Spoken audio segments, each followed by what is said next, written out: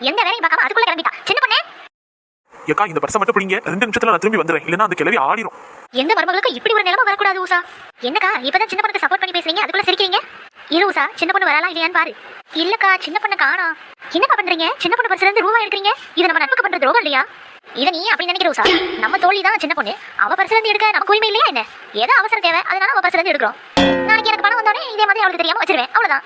அடி பாவி குதிரை முடி, இதுவே உன் பர்ஸா இருந்தா நீ சும்மா விட்டுருப்பியா? அடுத்த பர்சனால அப்படியே எடுத்துட்டு என்னென்ன நியாயம்லாம் பேசுற, அதுவும் ஃப்ரெண்டுக்கே இப்படி துரோகம் பண்ணலாமா? இதை சின்ன பொண்ணு கிட்ட எப்படியாவது நம்ம தான் சொல்லணும். வாங்கக்கா.